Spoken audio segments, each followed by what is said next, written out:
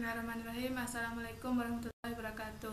Saya sebagai pemateri yang pertama akan menjelaskan tentang tanggung jawab perusahaan, teori dan regulasi. Itu perkembangan bisnis modern ditandai dengan meningkatkan kesadaran di dunia bisnis. Perusahaan tidak hanya melakukan kegiatan ekonomi untuk menghasilkan laba dalam menjaga kelangsungan bisnis, tetapi juga bertanggung jawab kepada masyarakat dan lingkungannya untuk meningkatkan kondisi kehidupan masyarakat.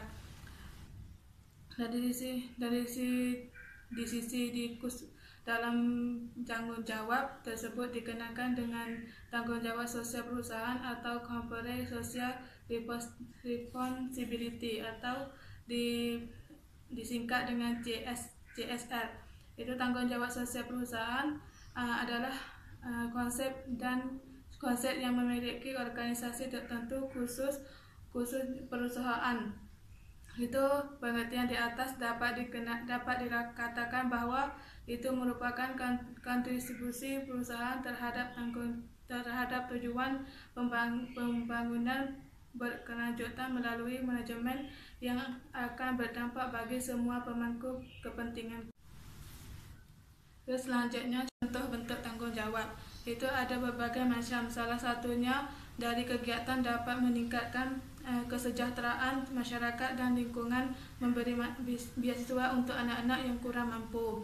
Itu pendanaan untuk meliharakan fasilitas umum, sumbangan untuk desa, fasilitas masyarakat yang bersifat sosial dan manfaat untuk masyarakat banyak, terutama dengan masyarakat yang berada di sekitar perusahaan itu.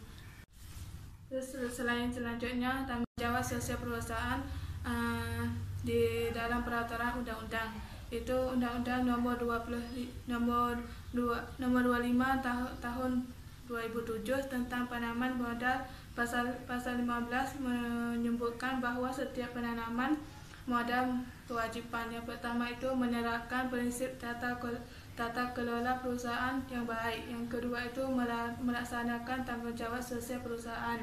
Yang ketiga membuat laporan tentang kegiatan penanaman modal dan menyampaikannya kepada Badan Koordinasi Penanaman Modal. Yang keempat itu mematuhi semua ketentuan peraturan keundangannya. Pengertian di atas itu pasal 15B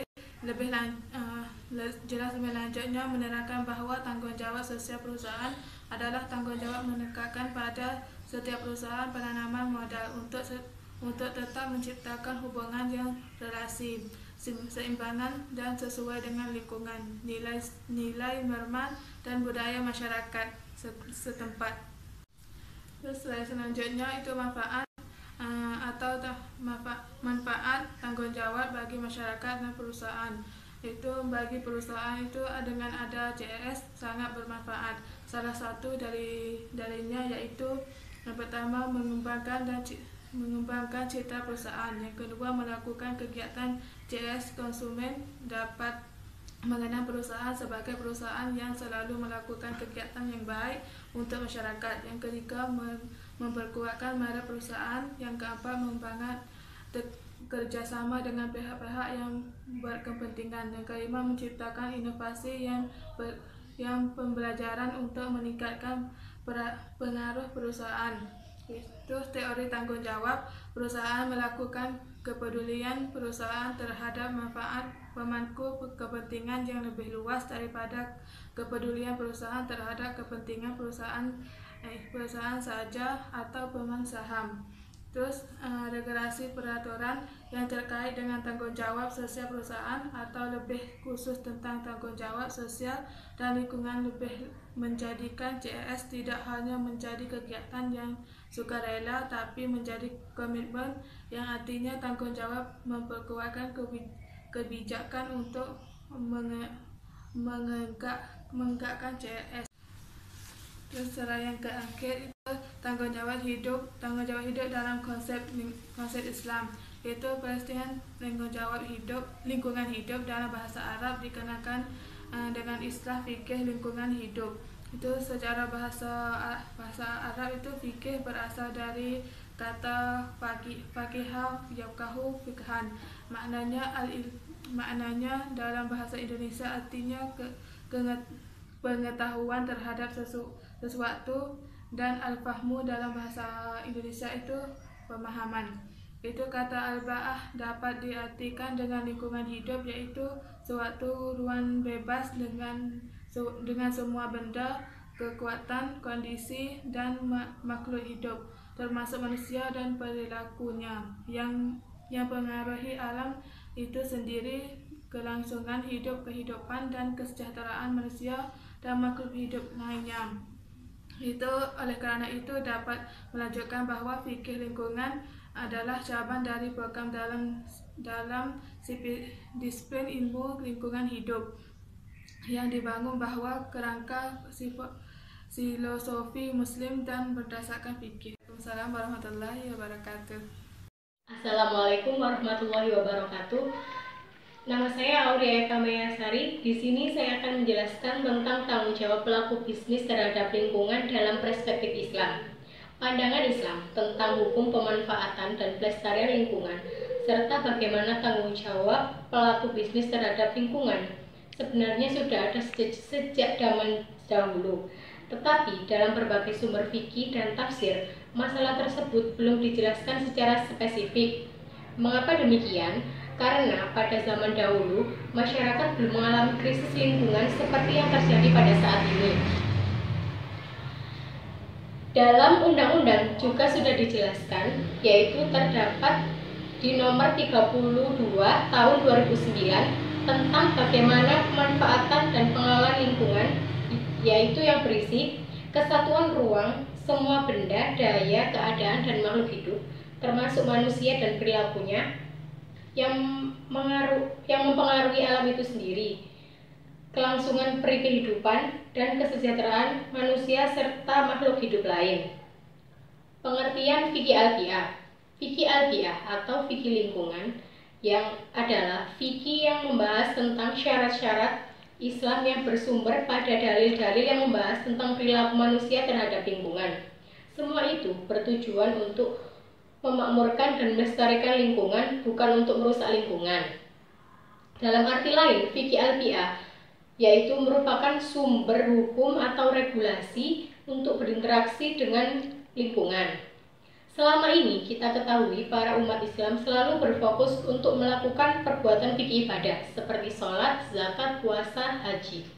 Padahal tentang fikih politik, ekonomi, dan tentang fikih lingkungan cenderung terabaikan. Jika Islam disangkut pautkan dengan pemanfaatan dan pelestarian lingkungan, sebagian masyarakat yang memandang sebelah mata hal tersebut, padahal kita sebagai makhluk di muka bumi ini memiliki peran yang sangat penting untuk melestarikan lingkungan tersebut. Oleh karena itu, pendekatan fikih dalam membahas masalah lingkungan sangat penting, karena dalam fikih karena dengan fikih pemikiran hukum Islam dapat mudah diterima dan bisa memberikan keyakinan untuk yang meyakininya. Selain itu, menjadikan motivasi bagi masyarakat untuk semakin peduli terhadap lingkungan. Konsep Islam tentang lingkungan hidup menurut Al-Quran, yaitu terdapat di surat Al-An'am ayat 165. Maksud dari ayat tersebut yaitu bahwa kita manusia di muka bumi ini diturunkan sebagai khalifah atau pemimpin di muka bumi, di mana tugas sebagai khalifah yaitu menjaga dan memakmurkan bumi dan isinya serta melestarikan lingkungan hidup. Kekayaan alam yang ada di muka bumi ini merupakan karunia dari Allah Subhanahu wa Ta'ala, dapat kita manfaatkan untuk kesejahteraan dan kelangsungan hidup masyarakat. Yang kedua yaitu terdapat di Quran surat Al-Hud ayat 61 dan surat Ar-Rum ayat 9. Maksud dari kedua ayat tersebut yaitu bahwa kita memakmurkan bumi memiliki hubungan yang seimbang dengan keimanan seseorang. Allah juga menegaskan agar kita memperhatikan hal-hal dalam melestarikan dan memakmurkan bumi agar tidak berdampak negatif yang akan timbul. Yang terakhir yaitu terdapat di surat Asy-Syu'ara ayat 30. Maksud dari ayat tersebut adalah bahwa kerusakan yang timbul di muka bumi ini adalah dari ulah tangan manusia itu sendiri. Maka dari itu, kita harus menjaga dan melestarikan lingkungan serta sekitar kita agar tidak terjadi kerusakan. Konsep Islam tentang lingkungan selain itu juga terdapat dalam hadis yang diriwayatkan oleh Al-Ahmad, Al-Baihaqi, Al-Hakim, dan Ibnu Majah yang berisi dari Ibnu Abbas radhiyallahu anha. Ia berkata, Rasulullah Shallallahu alaihi wasallam bersabda, tidak boleh membahayakan diri sendiri maupun oleh orang lain, bahwa dalam melestarikan lingkungan dan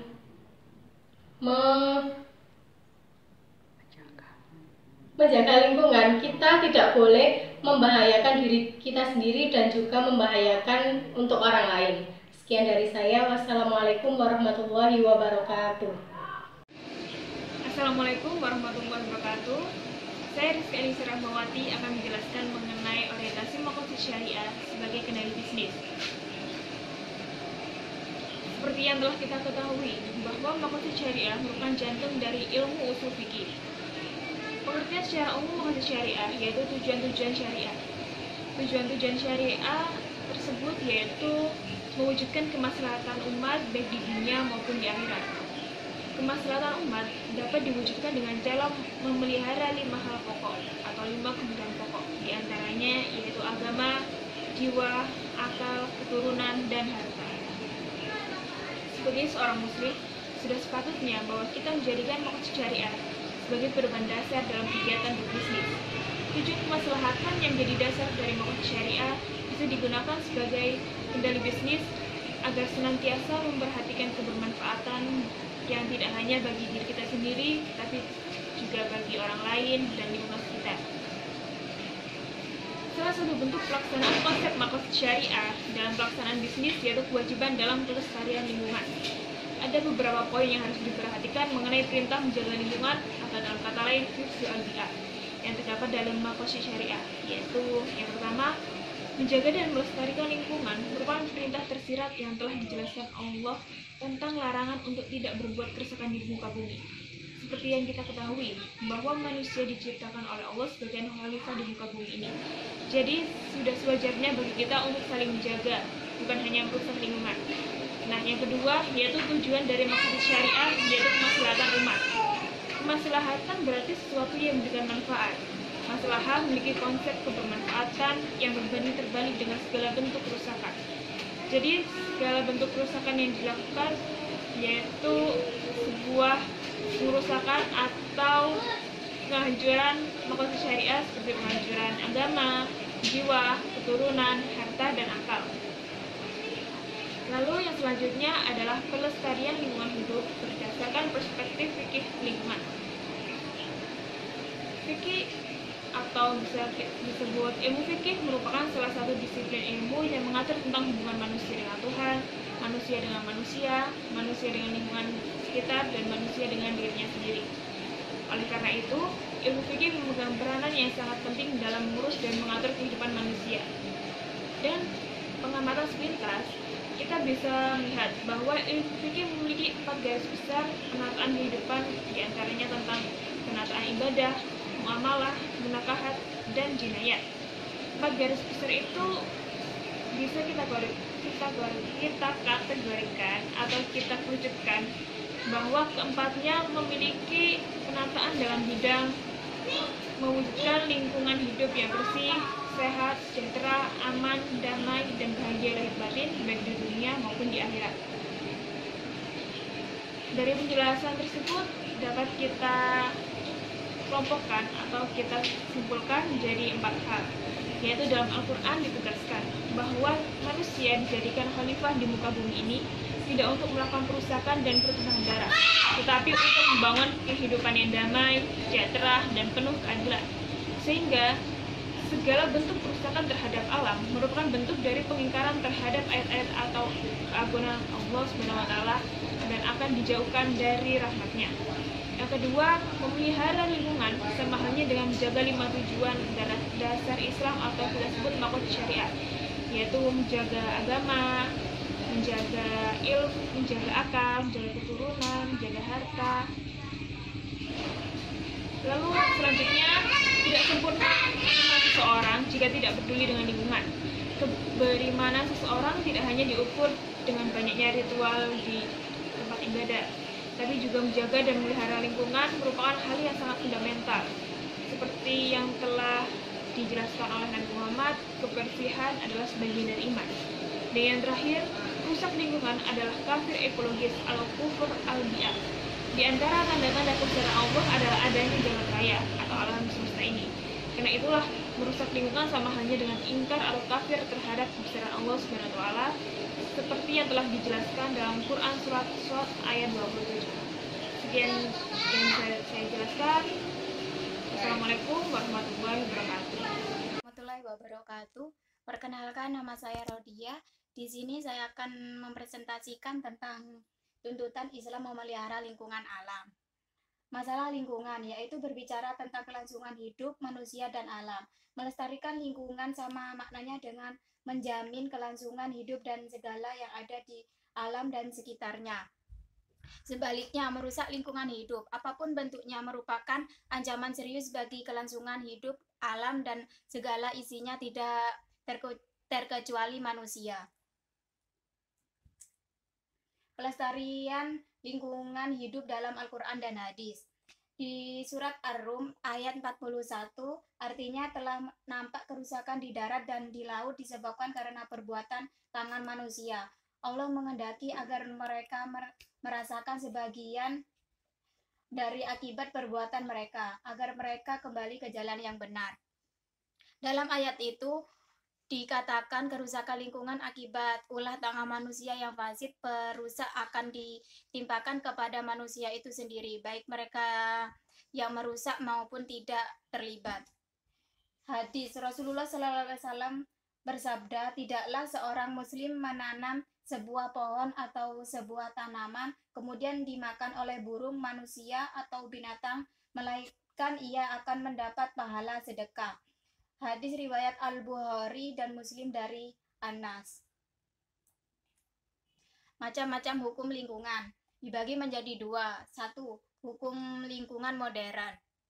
Dalam hukum lingkungan modern ditetapkan ketentuan dan norma-norma guna mengatur tidak perbuatan manusia dengan tujuan untuk melindungi lingkungan dari kerusakan dan kemerosotan mutunya, untuk menjamin kesejahteraannya agar dapat secara langsung terus-menerus digunakan dan generasi sekarang maupun generasi-generasi mendatang. Kedua, hukum lingkungan klasik. Sebaliknya, hukum lingkungan klasik menetapkan ketentuan dan normanya dengan tujuan terutama sekali untuk menjamin penggunaan dan sumber-sumber daya lingkup mungkin dan dalam jangka waktu yang sesingkat-singkatnya. Etika terhadap lingkungan dalam perspektif ajaran Islam dibagi menjadi dua. 1. Rabbul Alamin. Islam mengajarkan bahwa Allah Subhanahu wa taala itu adalah Tuhan semesta alam. Jadi bukan Tuhan manusia atau sekelompok manusia saja, tetapi Tuhan seluruh alam. Di hadapan Tuhan sama semuanya, dilayani oleh Allah sama dengan manusia. 2. Rahmatal lil alamin, artinya manusia diberikan amanat untuk mewujudkan segala perilakunya dalam rangka kasih sayang terhadap seluruh, dan manusia bertindak dalam semua tindakannya berdasarkan kasih sayang terhadap seluruh alam. Sekian presentasi dari saya. Wassalamualaikum warahmatullahi wabarakatuh. Assalamualaikum warahmatullahi wabarakatuh. Saya Anila Nuwaidia. Di sini saya akan menjelaskan ajaran Islam tentang lingkungan hidup. Lingkungan merupakan salah satu komponen ekosistem yang mempunyai nilai untuk dihargai, dihormati, tidak disakiti atau tidak dirusak, karena lingkungan adalah bagian dari integritas di kehidupan manusia yang bisa mempengaruhi perilaku manusia terhadap lingkungan di sekitarnya. Integritas tersebut menyebabkan manusia mempunyai tanggung jawab untuk berperilaku baik agar lingkungan tetap terjaga dan menghindari perilaku buruk atau negatif yang dapat merusak lingkungan. Dalam perspektif Islam, hubungan relasi manusia dan lingkungan sangat erat karena Allah menciptakan keduanya dalam keseimbangan dan keserasian. yang wajib dijaga untuk menghindari kerusakan lingkungan. Begitu juga dengan keterkaitan kelangsungan hidup di alam. Apabila satu komponen mengalami gangguan atau kerusakan, maka akan mempengaruhi komponen-komponen yang lain. Di dalam Quran surat Al-A'raf ayat 56, di situ dijelaskan tentang keseimbangan dan keserasian, di mana Allah telah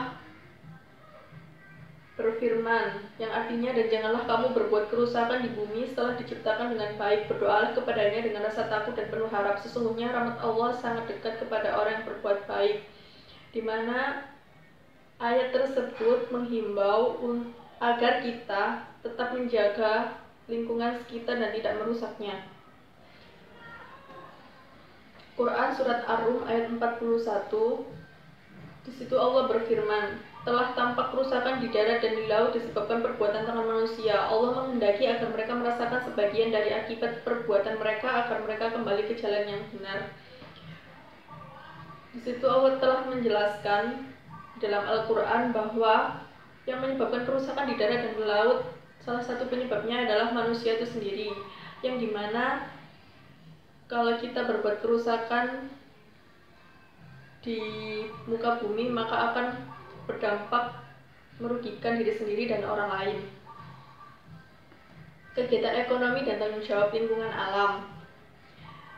Kegiatan ekonomi sendiri dibagi menjadi 3 tahapan, yaitu produksi, distribusi, dan konsumsi. 3 kegiatan tersebut sangatlah memiliki keterkaitan yang erat dengan tanggung jawab terhadap lingkungan alam, di mana yang pertama yaitu etika dalam produksi. Poros dari proses produksi dalam prinsip etika bisnis Islam adalah proses kerja yang mencerminkan kegiatan amal saleh dan amanah dengan tujuan menciptakan kemaslahatan secara maksimal untuk mencapai efisiensi.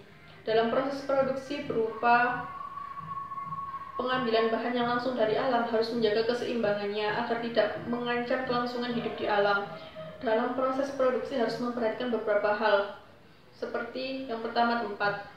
Ketika kita membangun sebuah usaha, tetapi pembangunan tempatnya dapat mengganggu lingkungan sekitar, itu tidak diperbolehkan. Dan juga pengolahan limbah, apabila pengolahan limbah tersebut tidak tepat dan dapat mengganggu lingkungan sekitar atau bahkan merusak alam, maka usaha tersebut seharusnya ditutup dan berpindah ke tempat yang lebih aman dan tidak mengganggu lingkungan ataupun masyarakat sekitar.